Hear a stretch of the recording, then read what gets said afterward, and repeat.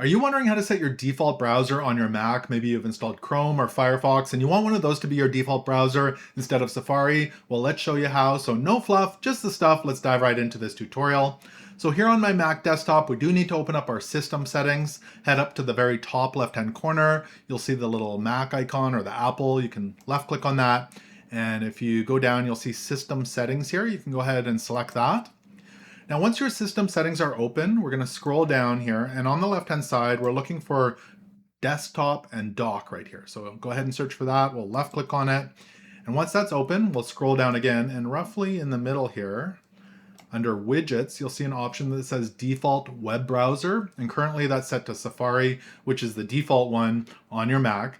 But if you do have other browsers installed, for example, I've got Google Chrome installed, maybe you've got Firefox installed, those will show up here. And you can just go ahead and select whichever one you want to be your default. So I'm going to set mine to Google Chrome.